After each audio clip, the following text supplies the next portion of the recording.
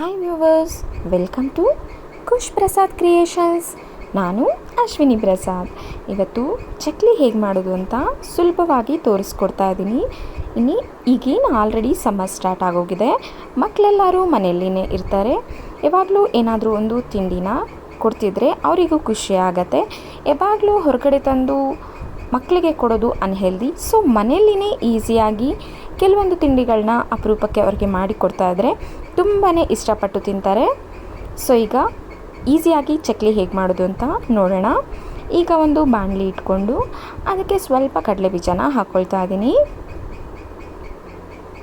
ಇದನ್ನು high ಫ್ಲೇಮಲ್ಲಿಟ್ಟು ಹುರ್ಕೋಬಾರ್ದು, full ಸಿಮ್ಮಲ್ಲಿಟ್ಟಿನೇ ಚೆನ್ನಾಗಿ ಹುರ್ಕೋಬೇಕು, ಆಗ ರುಚಿ ತುಂಬಾ ಚೆನ್ನಾಗಿರುತ್ತೆ. ಈಗ ಇದಕ್ಕೆ ಅದೇ ಬಾಣಲಿಗೆ ಸ್ವಲ್ಪ ಕಡಲೆಪಪ್ಪನ್ನ ಸೇರಿಸ್ಕೊಳ್ತಾ ಇದ್ದೀನಿ. ನೀವು ಕಡಲೆ ಹಿಟ್ಟು ಹಾಕೋ ಬದಲು ಈ ರೀತಿ ಕಡಲೆಪಪ್ಪನ್ನ ಹಾಕೋದ್ರಿಂದ ರುಚಿ ತುಂಬ ಚೆನ್ನಾಗಿರುತ್ತೆ. ಈಗ ಇದನ್ನು ಚೆನ್ನಾಗಿ ಫ್ರೈ ಆದಮೇಲೆ ಕಡಲೆ ಬೀಜನ ಸಿಪ್ಪೆ ತೆಗೆದು ಅದನ್ನು ಕ್ಲೀನ್ ಮಾಡಿ ತೊಗೊಂಡಿದ್ದೆ. ಈಗ ಕಡಲೆಪಪ್ಪು ಮತ್ತು ಕಡಲೆ ಬೀಜ, ಸ್ವಲ್ಪ ಬ್ಯಾಡಗಿ ಮೆಣಸಿನ್ಕಾಯಿ, ರುಚಿ ತುಂಬ ಚೆನ್ನಾಗಿರುತ್ತೆ, ಕಲ್ಲರ್ ಸಹ ಅಷ್ಟೇ ಚೆನ್ನಾಗಿ ಬರುತ್ತೆ. ಸೊ ಇದನ್ನು ನುಣ್ಣಗೆ ಪುಡಿ ಮಾಡ್ಕೋಬೇಕು.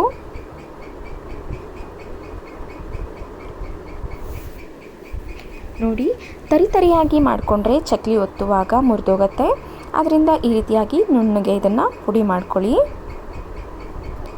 ಈಗ 2 ಕಪ್ಪಷ್ಟು ಅಕ್ಕಿ ಹಿಟ್ಟನ್ನ ತೊಗೊಂಡಿದ್ದೀನಿ.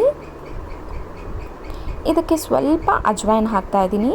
ಅಜ್ವೈನ್ ಹಾಕೋದ್ರಿಂದ ರುಚಿ ತುಂಬ ಚೆನ್ನಾಗಿರುತ್ತೆ, ಜೊತೆಗೆ ಗ್ಯಾಸ್ಟ್ರಿಕ್ ಆಗೋದಿಲ್ಲ. ಎಣ್ಣೆಯಲ್ಲಿ ಕರ್ದಿರೋದ್ರಿಂದ ಗ್ಯಾಸ್ಟ್ರಿಕ್ ಆಗ್ಬೋದು ಅನ್ನೋಂಥ ಯಾವುದೇ ಪ್ರಾಬ್ಲಮ್ಮು ಸಹ ಇರೋದಿಲ್ಲ ಅಜ್ವೈನ್ ಹಾಕೋದ್ರಿಂದ.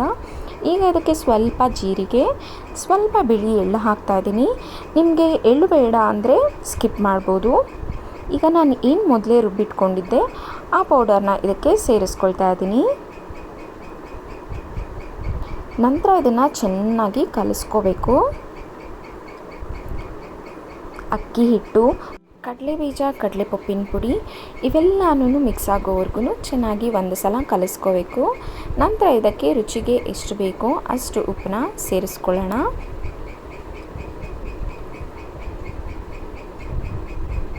ನೀವು ಖಾರ ತಿನ್ನಲ್ಲ ಅನ್ನೋವಂಥವ್ರು ಸ್ಕಿಪ್ ಮಾಡ್ಬೋದು, ಸಪ್ಪೆ ಥರನೇ ಇರುತ್ತೆ ಟೇಸ್ಟು. ನೀವು ಖಾರ ಸ್ವಲ್ಪ ಮೀಡಿಯಮಾಗಿ ತಿಂತೀವಿ ಅಂದರೆ ಖಾರ ಎಷ್ಟು ಬೇಕೋ ಅಷ್ಟು ನೋಡಿಕೊಂಡು ಖಾರದ ಪುಡಿನ ಇಲ್ಲಿ ಸೇರಿಸ್ಕೋಬೇಕು.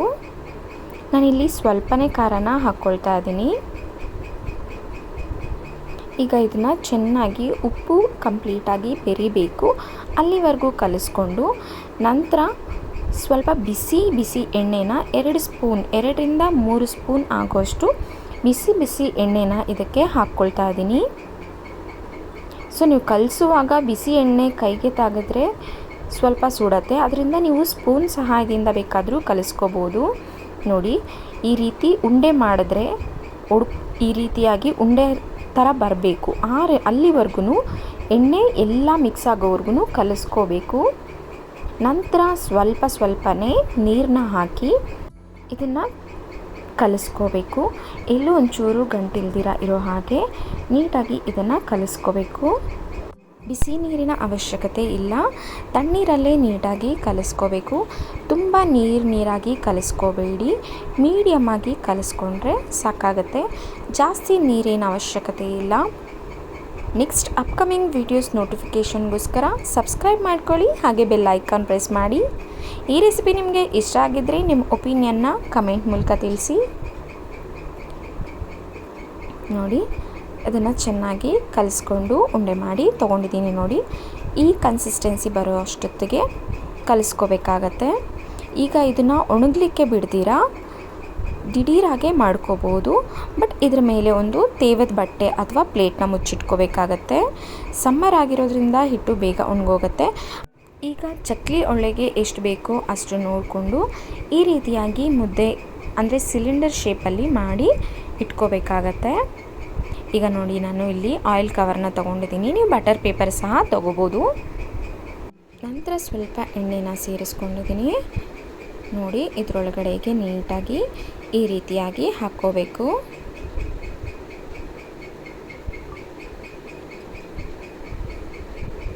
ಈಗ ಚಕ್ಲಿ ಎಷ್ಟು ನೀಟಾಗಿ ಆಗುತ್ತೋ ಅಷ್ಟು ನೀಟಾಗಿ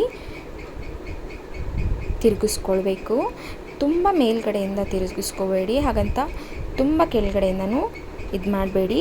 ಸ್ವಲ್ಪ ಕವರ್ಗಿಂತ ಸ್ವಲ್ಪನೇ ಮೇಲೆ ಇಟ್ಟು ತುದಿನ ಈ ರೀತಿಯಾಗಿ ಒತ್ತಬೇಕಾಗತ್ತೆ.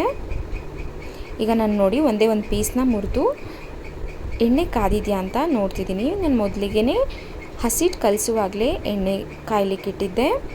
ಈ ರೀತಿಯಾಗಿ ಒಂದು ಹಾಕಿದ ಮೇಲೆ ತೇಲಿದ್ರೆ ಸಾಕಾಗತ್ತೆ. ಎಣ್ಣೆ ಇಷ್ಟು ಮಾತ್ರ ಕಾದಿದ್ರೆ ಸಾಕಾಗತ್ತೆ. ಫುಲ್ಲು ಸಿಮ್ಮಲ್ಲಿನೇ ಇಟ್ಟು ಚಕ್ಲಿನ ಮಾಡಬೇಕಾಗತ್ತೆ.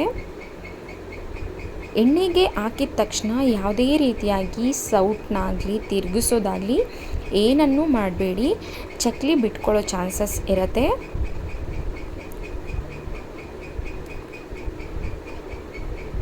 ಈಗ ನೋಡಿ, ನಂತರ ಎರಡೂ ಕಡೆ ತಿರುಗಿಸಿ ಬೇಯಿಸ್ಕೋಬೇಕು. ಸೂಪರ್ ಆಗಿರೋ ಅಂತಹ ಚಕ್ಲಿನ ದಿಢೀರಾಗಿ ಆಲ್ಮೋಸ್ಟ್ 10ರಿಂದ 15 ನಿಮಿಷಗಳ ಒಳಗಾಗಿ ಮಕ್ಕಳು ಕೇಳಿದಾಗ ಈಸಿಯಾಗಿ ಮಾಡಿಕೊಡ್ಬೋದು. ಅನ್ಹೆಲ್ದಿ ಫುಡ್ ಕೊಡೋ ಬದಲು ಈ ರೀತಿಯಾಗಿ ಹೆಲ್ದಿಯಾಗಿ ಮನೆಯಲ್ಲಿ ಈಸಿಯಾಗಿ ಮಾಡಿಕೊಟ್ಟಾಗ ಮಕ್ಕಳು ತುಂಬಾ ಚೆನ್ನಾಗಿ ಇಷ್ಟಪಟ್ಟು ತಿಂತಾರೆ. ಈ ರೆಸಿಪಿ ಏನಾದರೂ ನಿಮಗೆ ಇಷ್ಟ ಆಗಿದ್ದರೆ, ನೀವೇನಾದರೂ ಟ್ರೈ ಮಾಡಿದರೆ ಮನೇಲೊಂದ್ಸಲ ನಮಗೆ ಕಮೆಂಟ್ ಮೂಲಕ ತಿಳಿಸಿ. Thank you for watching. ಈ ವಿಡಿಯೋನ ನಿಮ್ಮ ಫ್ರೆಂಡ್ಸ್ ಆ್ಯಂಡ್ ಫ್ಯಾಮಿಲಿ ಜೊತೆ ಶೇರ್ ಮಾಡ್ಕೊಳ್ಳಿ. Thank you.